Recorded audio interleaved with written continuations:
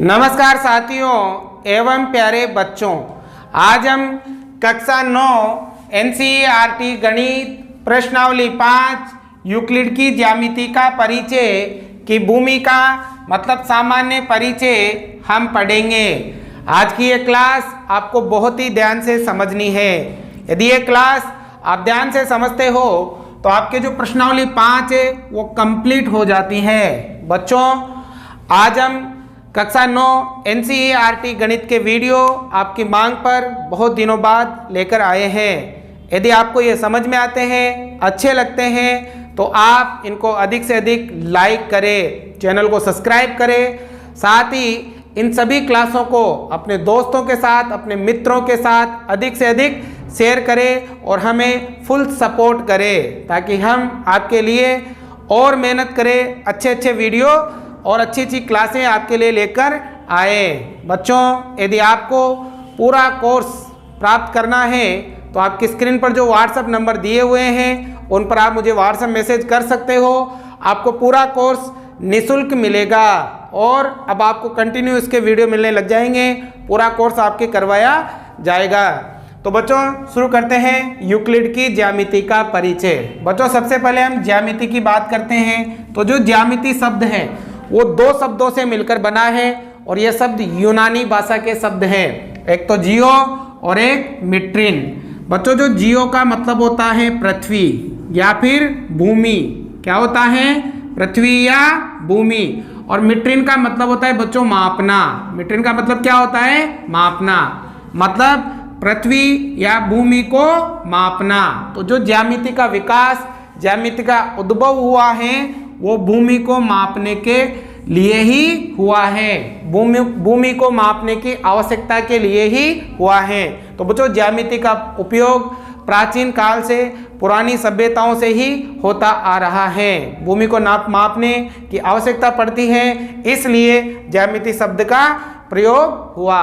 अब ये जो ज्यामिति है इसके विकास में जो महान गणितज्ञ थे यूक्लिड, उनका बहुत बड़ा योगदान है। यूक्लिड ने दुनिया को ज्यामिति के बारे में बताया, इसके बारे में समझाया।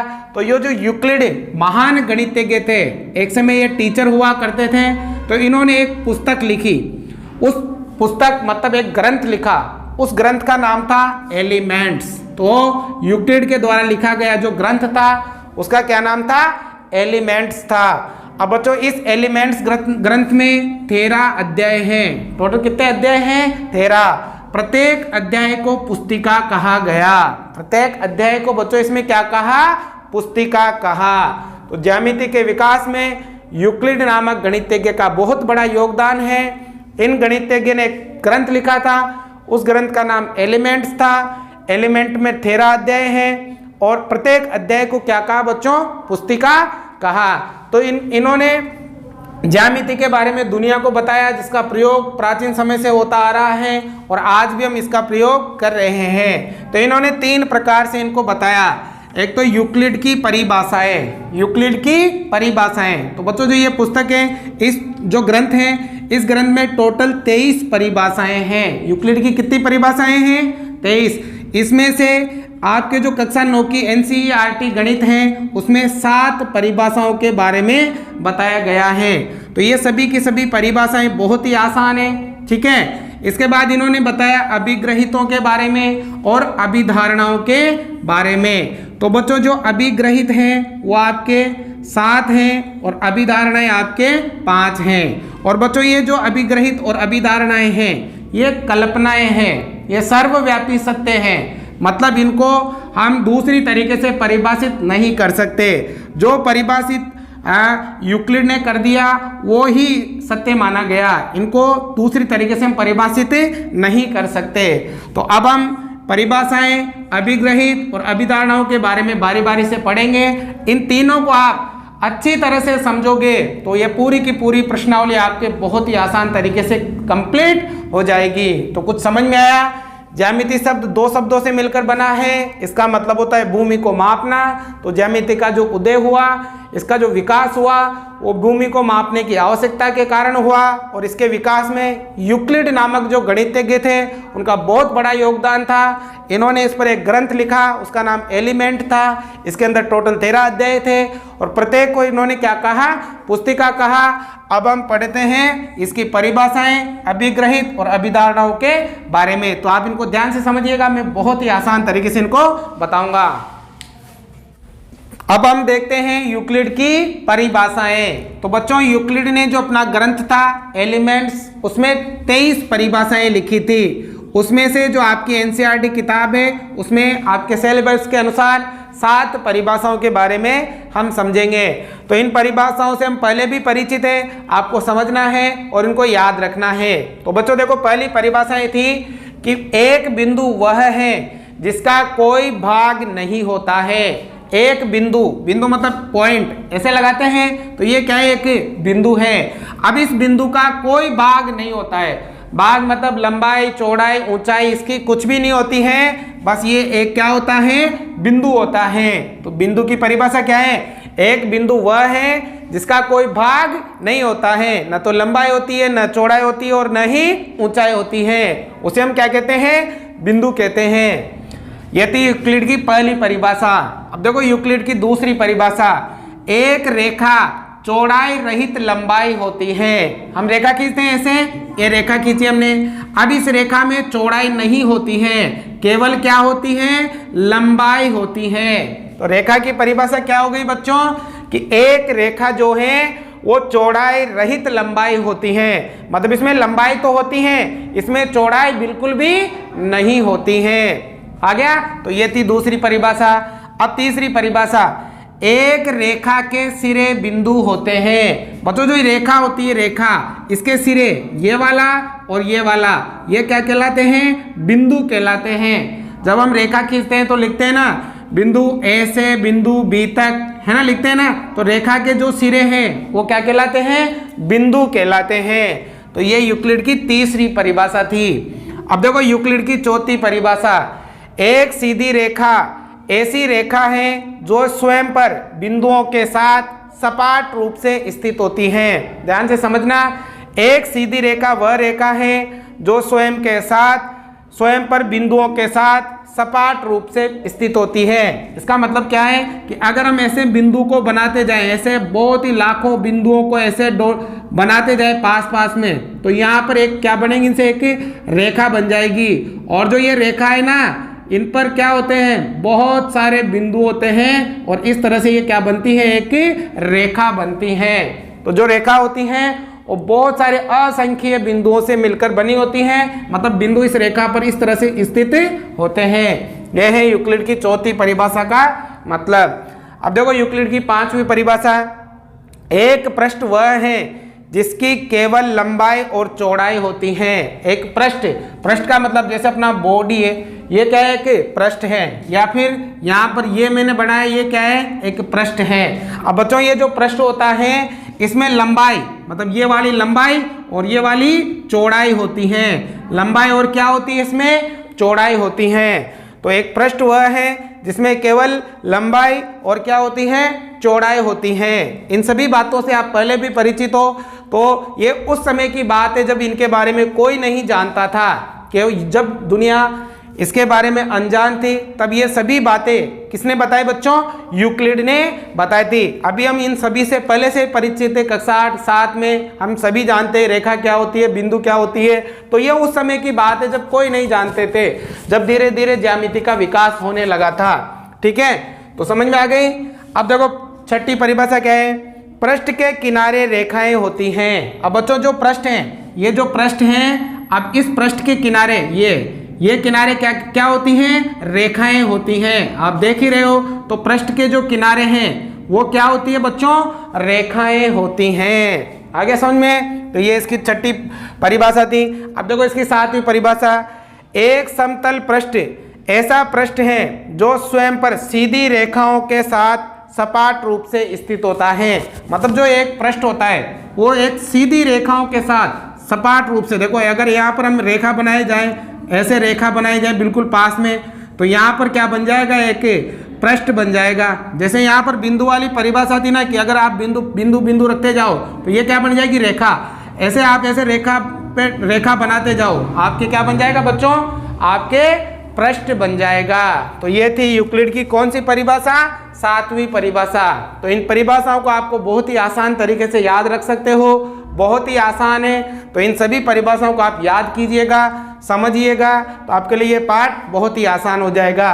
अब पढ़ेंगे बच्चों हम यूक्लिड के अभिग्रहित और अभिधारणाएं। पहले इनको आप उतारो बच्चों। अब यूक्लिड के अभिग्रहित, तो बच्चों यूक्लिड ने 7 अभिग्रहित दिए थे।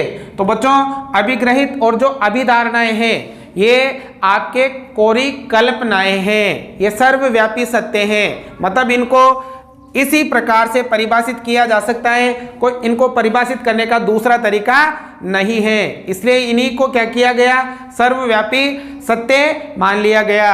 और बच्चों जो यूक्लिड के अभिग्रहित हैं, इन अभिग्रहितों का प्रयोग गणित की किसी भी शाखा में किया जा सकता है। अंक गणित में, बीज गणित में, ज्यामिति में, रेखा गणित में, सभी प्रकार की गणित में इसके अभिग्रहितों का प्रयोग किया जा सकता है। तो ये सभी बहुत आसान है, आप ध्यान से समझोगे तो बहुत ही आसानी से आपको समझ में आ जाएंगे। तो देखो यूक्लिड का पहला अभिग्रहित, वे वस्तुएं जो एक ही वस्तु के बराबर हो एक दूसरे के बराबर होती हैं। वे वस्तुएं जो एक ही वस्तु के बराबर हो तो एक दूसरे के भी क्या होती हैं, बराबर होती हैं। कैसे देखो, जैसे A बराबर है B के और C भी बराबर है B के। तो देखो वे वस्तुएं जो एक ही वस्तु के बराबर हो, A भी B के बराबर है और C भी B के बराबर है, एक ही वस्तु के बराबर है, तो ये दोनों भी क्या होती हैं, बराबर होती हैं। मतलब A बराबर क्या होती हैं, C होती हैं। तो यह है पहले अभिग्रहित का मतलब कि वे वस्तुएं जो एक ही वस्तु के बराबर हो तो दोनों भी क्या होती हैं, बराबर होती हैं। आ गया समझ में।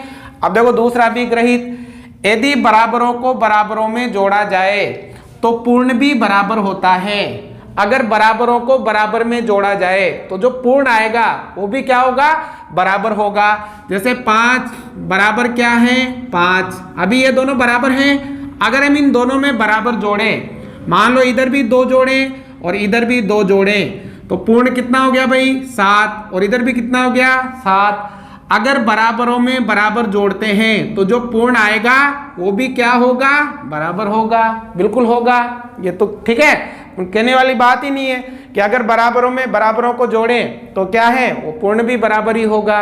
इसलिए ये जो सभी ये कल्पनाएं हैं, ये केवल हम क्या कर सकते हैं, कल्पनाएं हैं और सर्वव्यापी सत्य हैं। इसके अलावा इसको आप दूसरी तरीके से परिभाषित नहीं कर सकते हैं। समझ में आ गया। अब ये था यूक्लिड का दूसरा अभिग्रहित कि अगर बराबरों में बराबरों को जोड़ें तो जो पूर्ण आएगा वो भी क्या होगा, बराबर ही होगा। अब देखो यूक्लिड का तीसरा अभिग्रहित क्या है, यदि बराबरों को बराबरों में से घटाया जाए तो शेष फल भी बराबर होते हैं। आप देखो बराबरों में से बराबर घटाएं तो जो शेष फल आएगा वो भी क्या होगा, बराबर होगा। बिल्कुल सही है। जैसे मान लो 5 किसके बराबर हैं, 5 के, दोनों बराबर हैं। अब इनमें से बराबर घटाएं, मान लो इधर से -2 घटाओ, इधर से -2 घटाओ, अब शेष कितना बचा, 3, इधर भी कितना बचा, 3। तो जो शेष बचते हैं वो भी क्या होते हैं, बराबर होते हैं, बिल्कुल होते हैं। अगर बराबरों में से बराबर घटा लें तो जो शेष बचते हैं वो भी क्या होते हैं बच्चों, बराबर होते हैं। यह था यूक्लिड का तीसरा अभिग्रहित। आ गया होगा समझ में। अब देखो यूक्लिड का चौथा अभिग्रहित क्या था, वे वस्तुएं जो परस्पर संपाती हो एक दूसरे के बराबर होती हैं। वे वस्तुएं जो परस्पर संपाती, अब संपाती का मतलब क्या होता है कि एक ही वस्तु दूसरी वस्तु को पूरी तरह से ढक ले। जैसे ये मार्कर, 2 मार्कर हैं, दोनों बराबर हैं। अगर मैंने इसको यहाँ पर रखा और इस लाल मार्कर के ऊपर मैंने इस मार्कर को रखा, ठीक है, जैसे, तो बच्चों ये वाला मार्कर है, ये पीछे वाले मार्कर को पूरी तरह से ढक लेगा। मतलब ये बिल्कुल दिखाई, पीछे वाला बिल्कुल दिखाई नहीं देगा। तो इन दोनों को क्या कहते हैं, संपाती कहते हैं। तो संपाती हमेशा क्या होती है, बराबर होती है। जैसे मान लो कि एक तो ये वाला है, ठीक है, ये एक वर्ग है। अब इसी के ऊपर मैंने इसी साइज का वर्ग रखा तो वो दूसरा जो वर्ग रखेंगे ये दोनों हमेशा क्या होंगे, ये दोनों हमेशा बराबर होंगे। तो संपाती का मतलब एक वस्तु दूसरी वस्तु को पूरी तरह से ढक ले, है ना, ऐसे। तो एक दूसरे क्या होती है, संपाती होती है। तो ये दोनों वस्तुएं भी क्या होगी, बराबर होगी। जैसे मेरे पास अभी ये बुक है, ठीक है, अगर मैंने ऐसी एक और बुक लाया और इसके ऊपर रखा तो वो बुक इसको पूरी तरह से ढक लेगी। तो ये दोनों जो बुक होगी, पुस्तक होगी, वो क्या होगी, बराबर होगी। तो संपाती हमेशा एक दूसरे के क्या होती है, बराबर होती हैं। ये था यूक्लिड का चौथा अभिग्रहित। अब देखो बच्चों पांचवा, पूर्ण अपने भाग से बड़ा होता है। पूर्ण अपने भाग से क्या होता है, बड़ा। अब देखो मान लो मेरे पास ये एक रोटी है, ठीक है, ये पूर्ण है, पूरी है मतलब पूर्ण है। अब मैंने इसका एक टुकड़ा काट लिया, ये इसका टुकड़ा काट लिया मैंने, ठीक है। तो देखो जो ये टुकड़ा है, ये जो पूर्ण है, ये इससे क्या होगा, बड़ा होगा। ये पूर्ण अपने भाग से क्या होता है, बड़ा होता है, बिल्कुल होता है। ये तो पूरी रोटी है और ये टुकड़ा है, तो ये पूरी रोटी इस टुकड़े से क्या होगी, बड़ी होगी ना। तो जो पूर्ण होता है वो अपने भाग से क्या होता है, बड़ा होता है। यह था यूक्लिड का पांचवा अभिग्रहित। अब देखो छठा, एक ही वस्तु के दुगने परस्पर बराबर होते हैं। एक ही वस्तु के दुगने परस्पर क्या होते हैं, बराबर होते हैं। जैसे a का दुगना किया मैंने 2x, फिर a का दुगना आया 2y, ठीक है। तो देखो एक इसी का दुगना ये है और इसी का दुगना ये है, तो एक ही वस्तु के दुगने परस्पर क्या होते हैं, बराबर होते हैं। मतलब ये दोनों क्या होंगे, बराबर होंगे। 2x बराबर क्या होगा, 2y होगा। तो एक ही वस्तु के जो दुगने हैं, मतलब इसका दुगना ये और इसका दुगना ये, तो ये दोनों भी क्या होते हैं, बराबर होते हैं। यह था यूक्लिड का छठा अभिग्रहित। बच्चों आपको उम्मीद करता हूं समझ में आ रहे होंगे, बहुत ही आसान है, इनको आप सभी को ध्यान में रखोगे। अब देखो सातवां और लास्ट अभिग्रहित है, ये क्या है, एक ही वस्तु के आधे परस्पर बराबर होते हैं। सेम इसी की तरह एक ही वस्तु के आधे क्या होते हैं, बराबर। मान लो a का आधा 1/2x और a का फिर आधा 1/2y।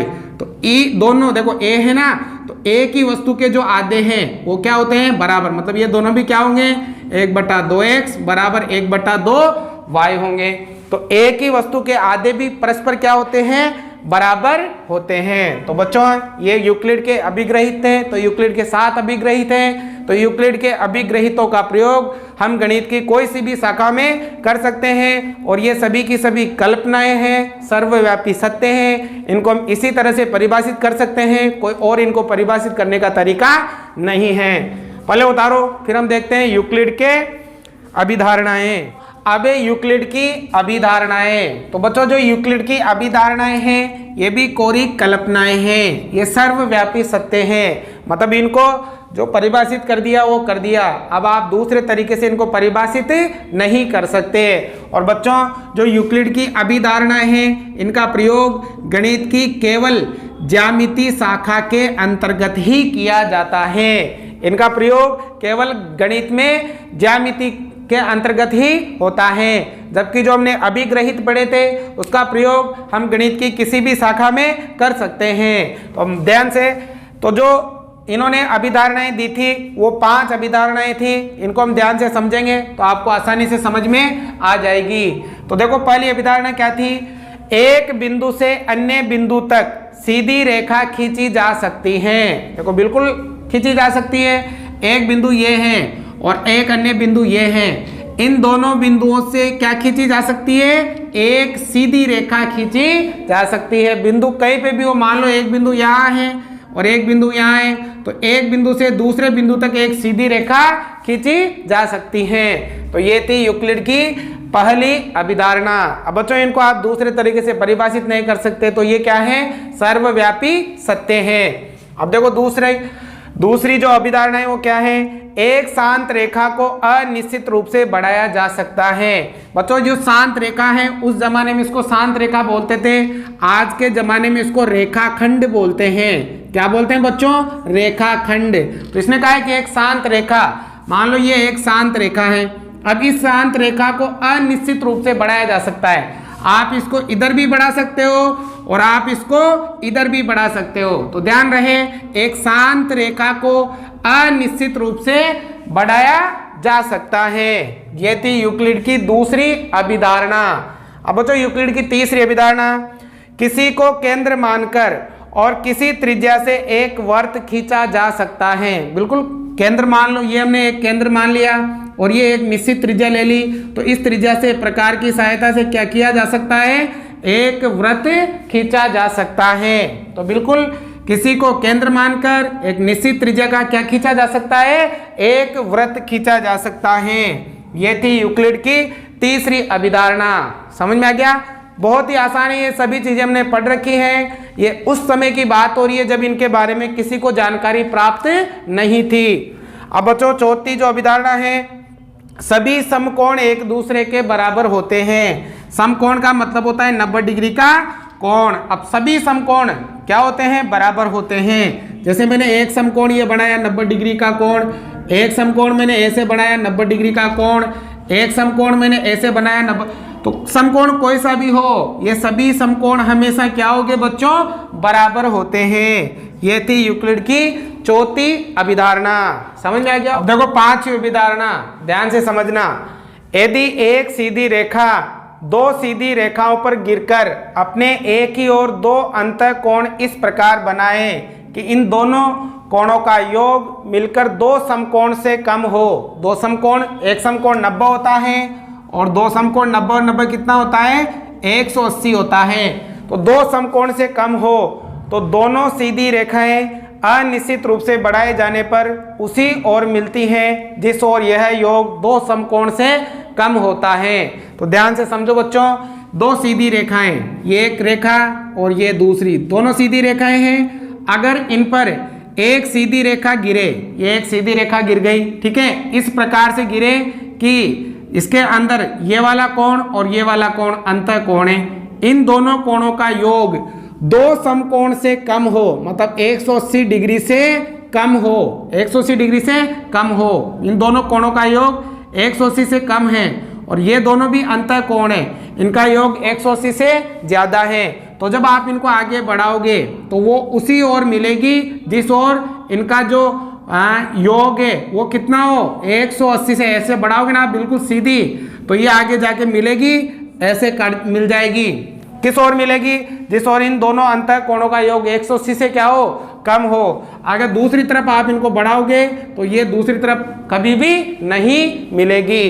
तो ये थी यूक्लिड की पांचवी और आखिरी अभिधारणा। तो बच्चों आपके ये मैंने अच्छी तरह से आपको परिभाषाएं, अभिग्रहित और अभिधारणाओं के बारे में बताया। 7 परिभाषाएं, 7 अभिग्रहित और 5 अभिधारणाएं हैं। इनको आप अच्छी तरह से समझ लें, अच्छी तरह से याद कर लें और अगर समझ में आया हो तो लाइक शेयर सब्सक्राइब जरूर से जरूर करें। आपको कंटिन्यू अब आपको वीडियो मिलने वाले हैं कक्षा 9 NCERT गणित के। Thank you.